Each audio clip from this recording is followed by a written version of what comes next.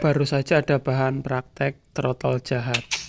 Banyak teman-teman yang tanya, Om, bagaimana sih supaya membuat burung murai batu trotol vector atau udah ngeplong-plong atau narung-narung. Oke, sebelum selanjut teman-teman, saya sampaikan Assalamualaikum warahmatullahi wabarakatuh. Semoga teman-teman sehat selalu ya. Oke, dalam video saya pernah saya bahas juga bagaimana cara perawatan A sampai Z. Artinya mulai dari bahan sampai jadi. Itu udah ada di channel ini. Mungkin teman-teman ada yang baru gabung, silahkan cek di video-video sebelumnya. Dalam video pembahasan kali ini menjawab beberapa teman-teman bagaimana cara membuat murai batu vector sejak trotol atau menjadi istilahnya membuat trotol murai batu supaya ngeplong, bahkan narung, bahkan nembak. Oke, yang pertama teman-teman ya, kalau misalkan dalam tutorial teman-teman hanya langsung mengambil intinya saja, dirawat oh gini, dijemur gini, istilahnya diumbar gini, itu kalau tidak melihat dasarnya sebagai kondisinya murai batu tersebut bagaimana, teman-teman bisa ya mendapatkan kegagalan dalam perawatan ya.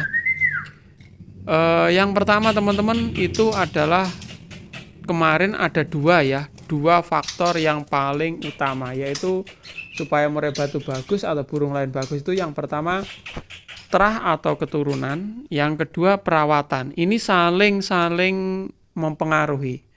Dimana ketika kita perawatannya bagus tapi terahnya kurang bagus atau hanya asal pilih, ini teman-teman juga zong. Pasti yang didapat itu.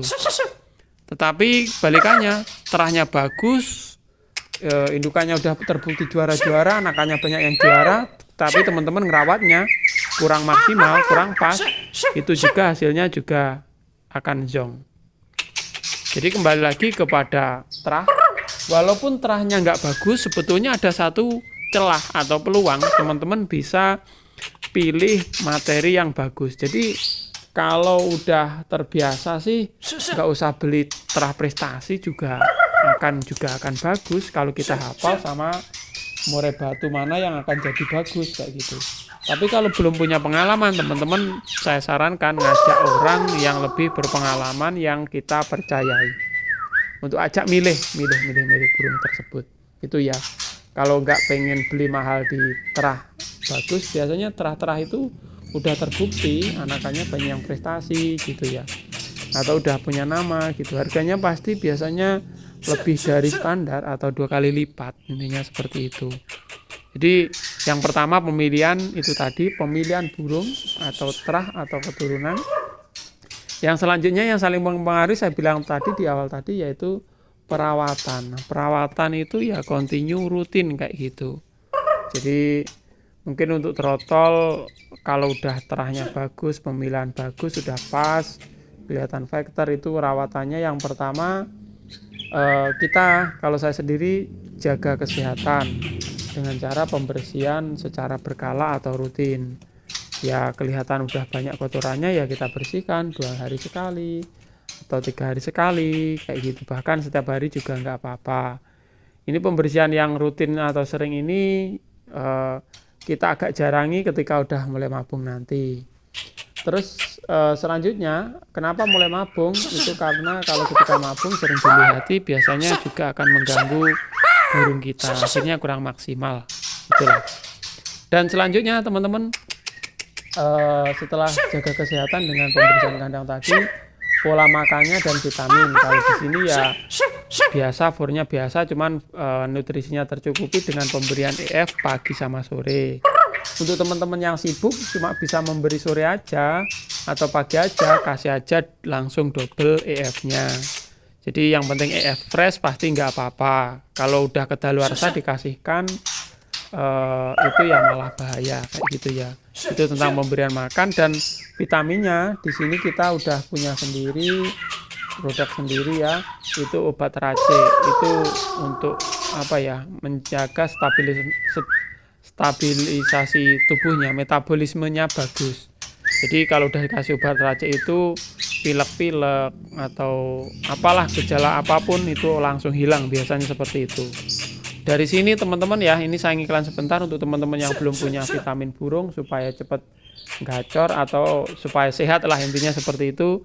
Di admin di deskripsi ada nomor WA-nya. Nah, setelah pemberian nutrisi ini tidak kalah penting lagi, ini rawatan harian dengan cara yang pertama pemasteran wajib ya. Pemasteran kalau di sini saya lakukan dengan hewan hidup. Kalau nggak mau beli hewan hidup ya pakai MP3 lah minimal. Pilih masteran nggak usah banyak-banyak, 1, 2, 3 gitu aja, tapi yang intinya supaya burungnya nggak begitu bingung untuk menerima materinya. Setelah pemasteran, rawatan harian ya ini kita bisa memproses pagi itu kalau ada waktu diembunkan sebentar juga nggak apa-apa. Terus siangnya ya dilatih-latih mandi atau di jemur bentar-bentar itu juga nggak apa-apa. Tetapi yang nggak kalah pentingnya, kita menaruhnya itu harus disendirikan, harus dijauhkan dengan murai batu yang lebih gacor lain supaya mentalnya juga bagus dan dia cepat ngeplongnya kayak gitu. Jadi kalau misalkan punya udah mulai ngeplong disanding sama murai batu gacor, biasanya dia akan mampet seperti itu teman-teman. Untuk rawatan ya kurang lebihnya ya seperti itu. Untuk kerobongnya biasanya untuk trotol saya kasih kerobong tipis. Tujuannya supaya dia kadang-kadang trotol itu makannya masih bingung ya, apalagi sangkar baru. Ketika kerobong tipis dia itu mudah untuk mencari makan dan adaptasi. Terus selanjutnya yang nggak kalah penting lagi untuk ini di perawatan ini kita nyetel jinak atau gesitnya. Jadi kalau kejinakan murai batu bagus, trotol bagus, ketika kejinakan kita kurangi interaksi. Garis bawah ya, kurangi interaksi dalam arti jarang-jarang aja bertemu.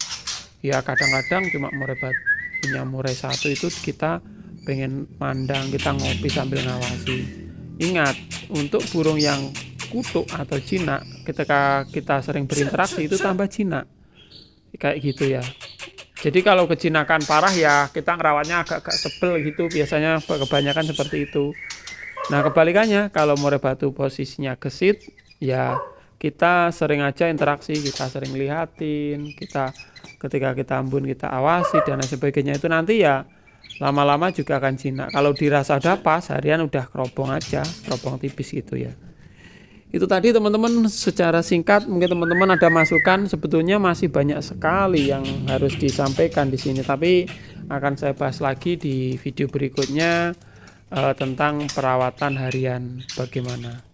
Oke teman-teman, setelah melihat video ini semoga ada manfaatnya dan salam satu hobi dari Tulungagung.